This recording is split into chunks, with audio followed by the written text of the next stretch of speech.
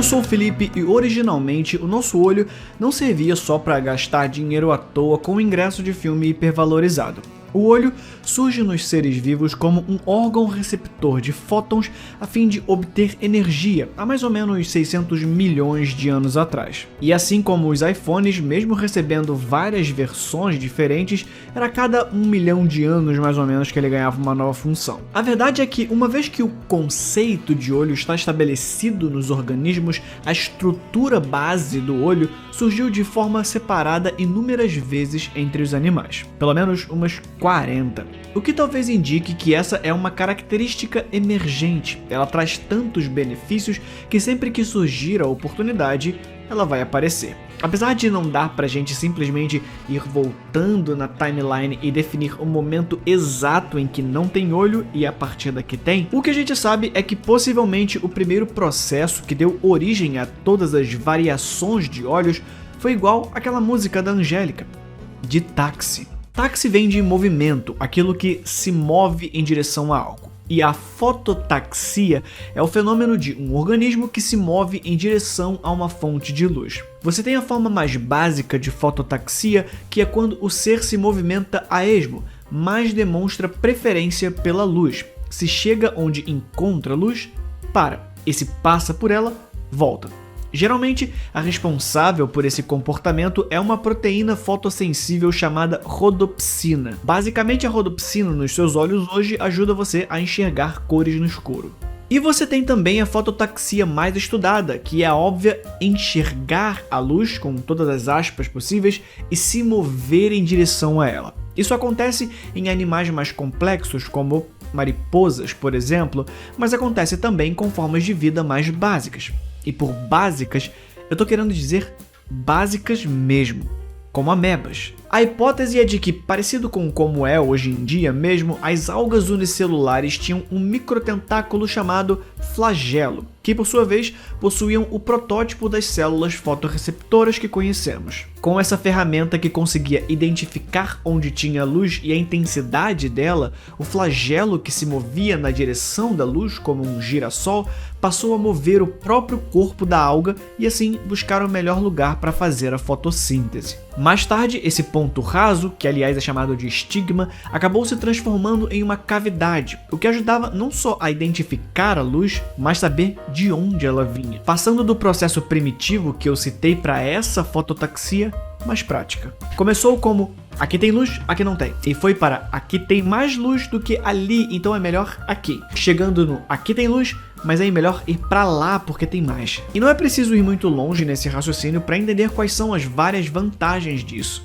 Você encontra os melhores lugares para se alimentar, mas também os melhores lugares para se esconder de predadores. É uma característica que foi sendo empurrada e aprimorada geneticamente. Quem fazia isso melhor, comia melhor, sobrevivia mais e procriava mais. Quem processava a luz pior, morria mais cedo e não passava o seu gene para a próxima geração.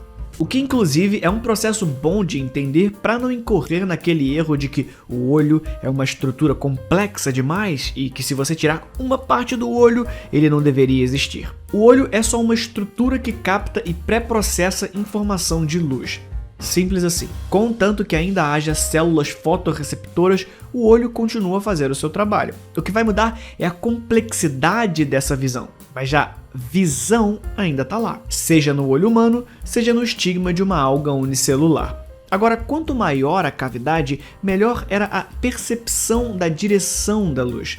O problema é que quanto maior o receptor da luz ia ficando, assim ia diminuindo o buraco por onde a luz entra. Isso permite um processamento refinado da direção. É assim que funcionam as câmeras estenopeicas, por exemplo, um tipo de máquina fotográfica que você pode fazer aí na sua casa.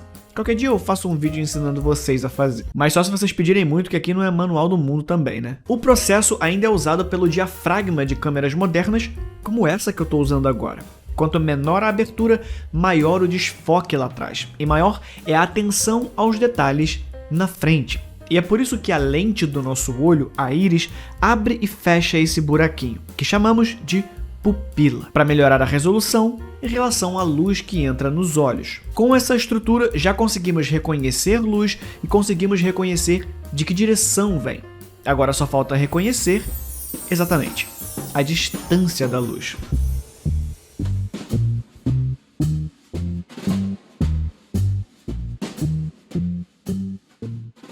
Reconhecer a distância de um objeto só é possível através da percepção de profundidade. Isso foi uma questão de atualização de hardware para que um órgão receptor de luz se transformasse em dois órgãos receptores de luz. A estereopsia é o nome dado ao fenômeno que apenas seres com dois olhos funcionais conseguem observar. Pessoas com estrabismo, ou comumente chamados de vesgo, por exemplo, infelizmente não tem isso. Porque para você ter o efeito de profundidade, é necessário que as duas imagens mostradas estejam alinhadas e sobrepostas. Os dois olhos basicamente mandam essas duas imagens para o cérebro e ele passa um Photoshop com um After Effects por cima para transformar o que você está vendo em uma imagem que faça sentido. Os seus olhos estão em posições diferentes, então a imagem original de cada um é ligeiramente diferente, deixando o trabalho de juntá-las e dar sentido para o seu cérebro.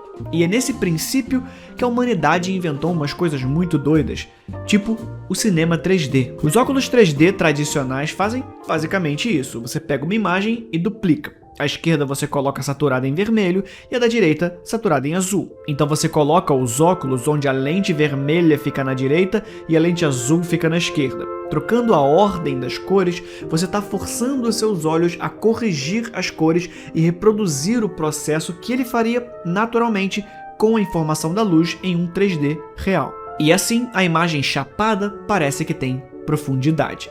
Só que, como você bem sabe, se você tapar um olho, isso não significa que a imagem que você está vendo fica automaticamente chapada em 2D. Um olho só já te dá a informação de profundidade, como eu expliquei lá atrás. Mas a gente só consegue obter uma imagem exata comparando as informações de cada lado. É quase como se o seu cérebro pudesse pedir uma segunda opinião só para ter certeza. Experimenta esticar um braço e aproximar a ponta do seu indicador em direção ao seu nariz com os dois olhos abertos. Depois, experimenta fazer isso com um olho fechado. Depois você comenta aqui em qual você teve mais dificuldade ou se foi a mesma coisa. Mas se ele já cumpria sua função, como é que um órgão fotorreceptor virou dois? Foi do nada? Em zoologia, existe uma coisa chamada Bauplan, que é basicamente a planta arquitetônica dos seres vivos. É onde as partes da anatomia de um organismo vão ser dispostas. Os planos corporais da maioria dos animais, incluindo nós, costumam ter essa simetria espelhada. Do topo da sua cabeça à sola do seu pé, você vai ter de um lado uma cópia do que é do outro lado. Os únicos animais que não apresentam nenhum tipo de simetria são os poríferos, que nós costumamos chamar de esponjas marinhas. Essa simetria, seja para qualquer direção, é tão comum no reino animal que muitos cientistas costumam acreditar que não pode ser uma coincidência. Para pensar em todas as possibilidades de você construir um organismo e adaptá-lo se ignorarmos essa regra da simetria. E, no entanto, os fósseis nos mostram que a simetria já estava estabelecida nos animais há pelo menos uns 500 milhões de anos. Então, essa característica deve ser extremamente benéfica para a sobrevivência. E ao longo dos anos, os cientistas surgiram com uma série de hipóteses sobre qual poderia ser essa razão. Uma delas, por exemplo, é que um corpo bilateralmente simétrico é mais fácil para o cérebro reconhecer em diferentes orientações e posições, facilitando a percepção visual e locomoção. É uma questão de organização e economia de energia na hora da divisão celular. Se a economia de energia ainda te ajuda a se proteger e se alimentar, é juntar o útil ao agradável. Temos aqui uma hipótese bem forte de por que essas células fotorreceptoras passaram a se copiar de um lado e do outro, dando origem a dois olhos. Claro, nós temos também as aranhas com 8 olhos, temos o peixe tralhoto que tem 4 e até águas-vivas que tem 24 olhos. Mas em geral, você vai perceber que é bastante raro a gente encontrar algum animal com um número ímpar de olhos. Um deles, por exemplo, é o ser humano. Mas será que é verdade isso? Para entender esse fenômeno maluco, talvez a gente precise ativar o nosso terceiro olho. E sem piadinhas sexuais que você não tá mais na quinta série.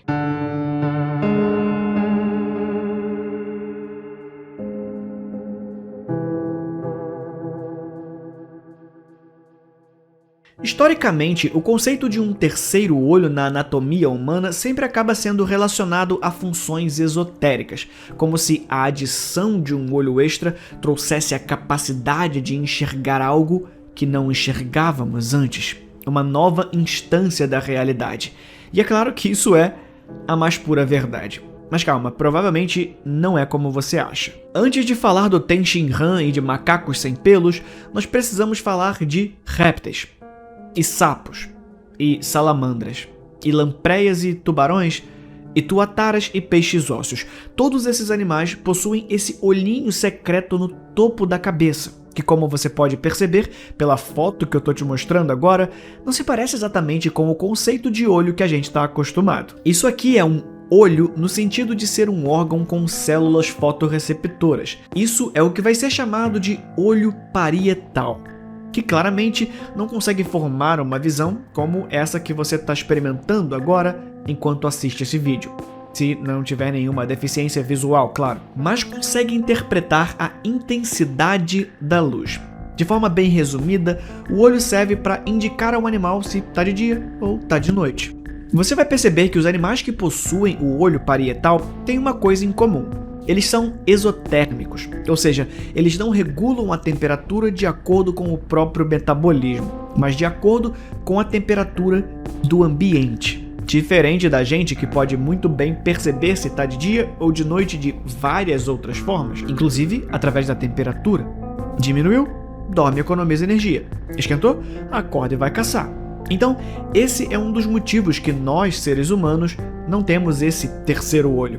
Pelo menos não como os animais. Nós não perdemos por completo esse terceiro olho. Ele basicamente entrou para sua cabeça e acabou por virar outra coisa, um órgão chamado glândula pineal, que para nós tem a função de produzir melatonina e serotonina, não coincidentemente, os hormônios que regulam o sono. Na época em que foi descoberta, acreditava-se que a glândula pineal era um vestígio de um órgão maior que não existia mais. Em 1917, um experimento comprovou que a secreção extraída da glândula de uma vaca poderia clarear a pele de sapos. O dermatologista Aaron B. Lerner e colegas da Universidade de Yale, esperando que a tal substância da glândula pineal pudesse ser útil no tratamento de doenças de pele, isolou a secreção e chamou o hormônio de melatonina, em 1958. A melatonina acabou não sendo útil como esperado, mas a descoberta ajudou a responder várias perguntas da biologia. Por exemplo, essa relação com o olho parietal. A gente pode supor essa relação porque as conexões são as mesmas, só que em nós a parte fotorreceptora está atrofiada. O estímulo para a produção de melanina vem pelas células fotorreceptoras do olho mesmo, na retina. Tanto o olho parietal quanto a glândula pineal podem ser resumidos como um regulador do ciclo circadiano. Mas só se você resumir mesmo, porque essa glândula é um mistério bem maior do que um termo poderia definir. A verdade é que a gente ainda não entendeu perfeitamente como funciona essa atividade secretora da glândula pineal. Como esse carocinho misterioso fica meio que enterrado para dentro do cérebro, ao longo da história, inúmeros filósofos acreditavam que ele possuía alguma importância particular para os mistérios da consciência. E foi assim que o nosso terceiro olho começou a ser protagonista de um monte de teorias conspiratórias, como a de que a glândula pineal seria um terceiro olho para o mundo dos mortos. Na década de 50, o próprio corpo produzindo agentes psicoativos era considerado uma possível explicação para os sintomas alucinatórios de algumas doenças psiquiátricas. Várias hipóteses especulativas e ainda não testadas sugerem que alguma dose de DMT é produzido no cérebro humano e está envolvido em certos estados mentais. O DMT é um dos compostos que você encontra em drogas como o Santo Daime, por exemplo. Ele causa alterações na percepção do tempo, faz você enxergar formas geométricas impossíveis, fractais e principalmente uma dissolução da identidade. Pessoas que passaram pelos efeitos do DMT costumam dizer que a imagem do eu passa a ser a mesma que do ambiente, como se ela voltasse a ser uma só com o espaço e o tempo. Mas claro, isso são os efeitos em doses altas de DMT. Já foi confirmado que o DMT ocorre naturalmente no nosso cérebro e em outros tecidos. Alguns estudos sugerem que parte dessa quantidade ínfima que o corpo produz vem da glândula pineal, apesar de ninguém ter conseguido provar isso. Em 2011, Nicholas V. Cosi, da Escola de Medicina e Saúde Pública da Universidade de Wisconsin, concluiu que a INMT, uma enzima que está associada à biossíntese de DMT e outros alucinógenos produzidos pelo corpo, está presente na glândula pineal de primatas, como o macaco Rhesus, da Ásia Central. O DMT pode ser encontrado em neurônios da retina e na medula espinhal. O neurobiólogo Andrew Gallimore sugeriu em um estudo de 2013 que, embora o DMT possa não ter uma função neural moderna, ele pode, algum dia, ter sido um neuromodulador ancestral secretado em concentrações baixas durante o sono REM, uma função agora perdida. Talvez tenha relação com a origem evolutiva dos sonhos e das representações visuais no cérebro. Talvez por isso aquilo que vemos com nossos olhinhos na hora da morte seja uma luz no fim do túnel. Será que tem alguma relação com a forma como captamos a luz e interpretamos a realidade ao nosso redor? Os mistérios do DMT talvez a gente nunca consiga enxergar com esses nossos dois olhinhos. Muito obrigado por ter usado esses olhos que a Terra há de comer para assistir esse vídeo. E se por acaso não viu, obrigado por ouvir também.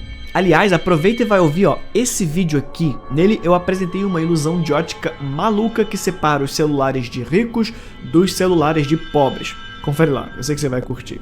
A gente se vê no próximo vídeo. Fui.